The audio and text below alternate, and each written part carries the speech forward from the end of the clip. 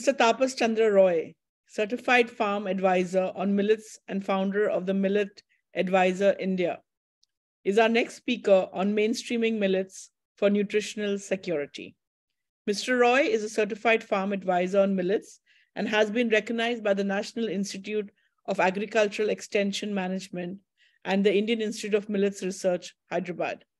Currently working as a Brock Agriculture Office Deputy Project Director, Atma, in the Department of Agriculture and Farmers Empowerment, Government of Orissa, promoting millets from farm to plate so that the goodness of millets reaches many people. We have Mr. Tapas Roy. Thank you. Thank you so much for the wonderful introduction. First of all, I must thank GCPIT for organizing such a wonderful initiative. And welcome to this Global Sustainable Development Summit 2022. First of all, I will be talking about millets. As you know, millets has gone to a great level, if we say this 1 decade. And certainly, if you are very new to this millets, I will say it is a small seeded annual grass that is grown mostly in the marginal lands and mostly preferring in the rain-fed areas. In this, if I talk about millets, it was the ancient food grains first domesticated, and it is grown in 131 countries. So it is a traditional food for 59 crore people in Asia and Africa. But as you know, India is leading in this journey. In 2018, India proposed to be celebrating 2023 as the International Year of Millets. So it has got a very good popularity in this India and also has taken a lead in taking millets to the international level. So let me take you what are the benefits of millets. If I take about the Sustainable Development Goals, if I say it is one is the goal is zero hunger, it is also, we were talking about last many decades back, where food security was the concern for everyone. It is not only the developed country, but also the developing countries. But this food, these millets, has been the sustainable food source for combating hunger. So, and another thing that is mostly we are talking about nutritional security, millet is one of them which can definitely fulfill that. In the chance of, if we talk about climate resilience, it is the crop that can be grown in infertile soil with less input and also grows well, even if where there is rainfall of 350 to 450 mm of rainfall. So another thing that we talk about, it is also the economic security of a farmer. It is the sustainable nutrient source for the farmers because it is the food they have been taking for the long years back. And if I talk about small and marginal farmers, those who are, if we are a country like India, where more than 65% of people, this depends upon agriculture, and investment also requires very less in this millets growing or growing this crop. Other thing that we might be thinking of, that during COVID-19, there were a lot of searching where the food which can be very beneficial or the food that be very good for the immunity. If I talk about, it is the millets.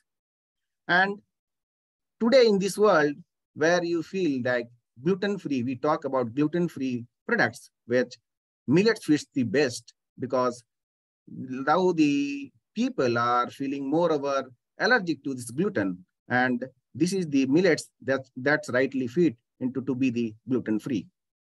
It has been researched and found, and it has given us enough evidence from the collaboration of research done by the entire world, where it has been seen that millets can help in controlling the diabetes or the blood sugar level in the people. It is also good for the bones and teeth, as it is also known for, as you know, the finger millet is containing about 364 mg of calcium. So it is good for the babies and also for developing good bones and teeth. Finally, I will say It is good for the farmers, good for the planet, and also good for you. So coming to the mainstreaming millets, how we can help, or the integrated framework, which I have brought out today, which was the main focus on today's talk, that if we need to bring these millets to the global forum, then we have to think of many ideas. That is, we have to see the framework, what to be integrated. So millet cultivation, as you know, that millet cultivation requires very good high quality seeds, and also we need to follow some good agronomic practices, as we do in India, where there are some best practices has been seen and the farmers are doing that. That is SMI, that is System of Millet Intensification. You must have heard of SRI or in paddy, but these millets, after doing this SMI, the yield has grown to a manyfold and farmers are very happy to get that yield. Other thing that we need to talk about research and development. Research come out like machineries. You must be knowing that there are 9 types of millets grown in India, but there are some other millets like Fonio and teff, which are grown in African countries. Among those, there are millets which has been categorized into major and minor millets. So pearl millet, sorghum, and finger millet, which comes on the major millets, which does not require much of processing or does not have a husk on it, but the rest minor millets has a husk, and we require some machineries. So we need to develop more machines which can have a good efficiency of processing these millets so that the bran layer of that millets remain intact. So, and also the issue comes when there is a bran layer on this grain, we also need to see how to improve the shelf life of the millets, because it is also one of the challenges. And we have to focus that how this bioavailability of these nutrients, as we know it is rich in nutrients, we need to ensure that how the bioavailability of millets can be increased in our body. Another thing, for millet mainstreaming, we need to also sensitize these policy issues, as we know that if we help the farmers or incentivize the farmers for growing millets, then only that can come into the proper way. We can help the farmers and these millets can again revive again. And to take these millet grains from the farmers to taking it to the market, or we need to do the forward linkage, we need some entrepreneurship to come into this platform where we need to enhance help the entrepreneurs to come and see what is the potential in it. We have to show them that this is the potential you have, and this is the opportunity you have, so that you can create a business out of it. So we need to work on that. So here is a case study where I will be talking about Odisha Millet Mission, where I am personally working in the ground and implementing this Odisha Millet Mission, as we have been knowing that it is one of the flagship program of Odisha in India. So the main focus of this, it was started in 2017-18, and it was a special program for promotion of millets in the tribal areas where most of the tribal community or the tribal farmers grew in the last, if you say long back.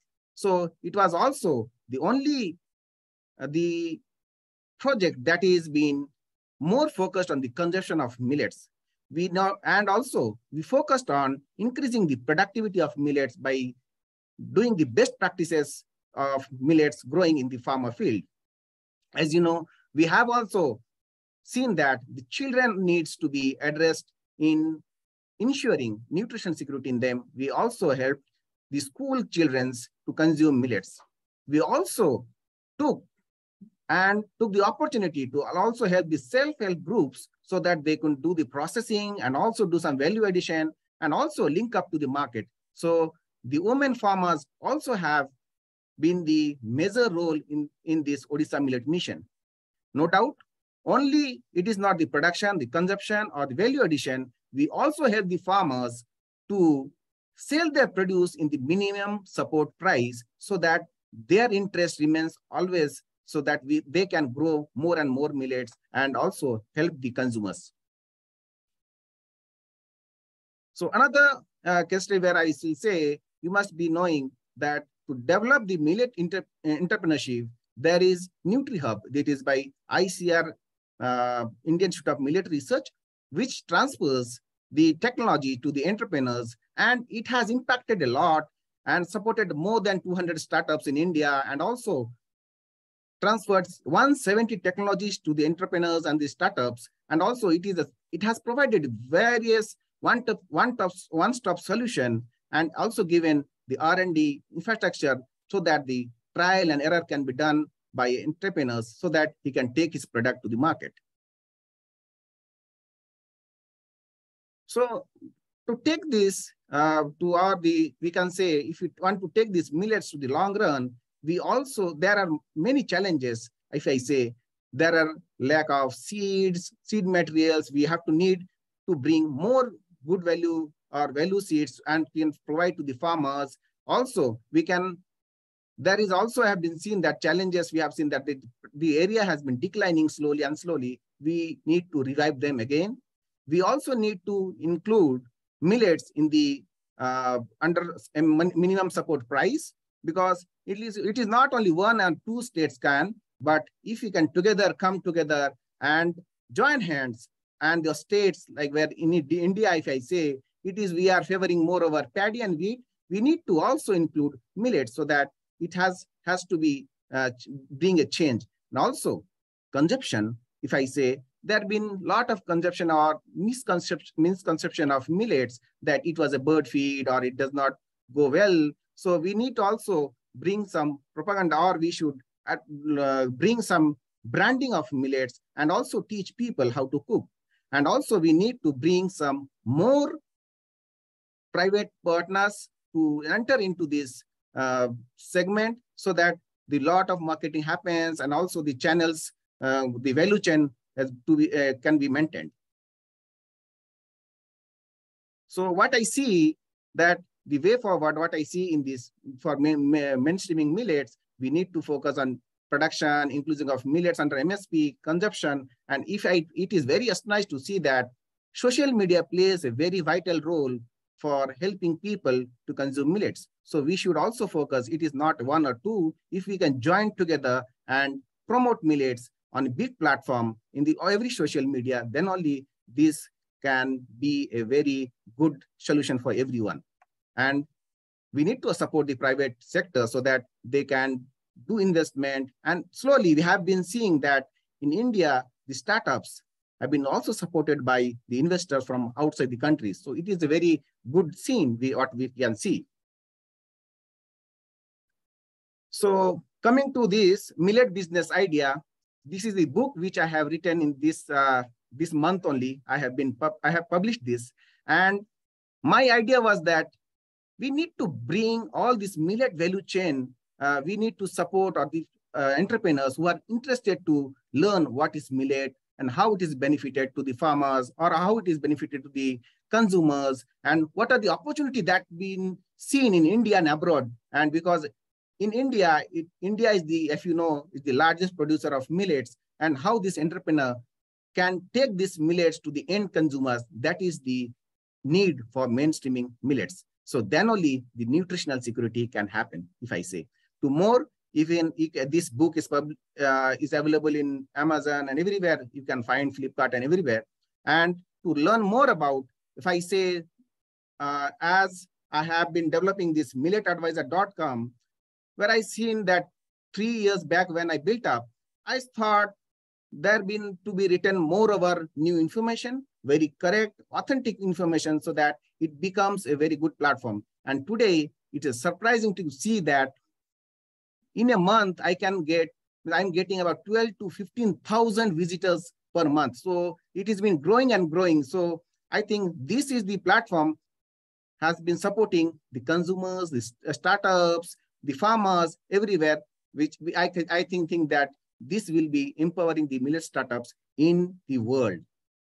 So with this, I will say, eat millets, stay healthy, and to moreover, if you can try or you have to know more about millets and to collaborate with me to take this millet journey, you can write to me, you can call me. I will be always happy to help you in this regard. With this, I will say thank you to GCPIT for giving this opportunity. And the long run, I think this journey will be going more and more. Thank you for everyone for your presence hearing.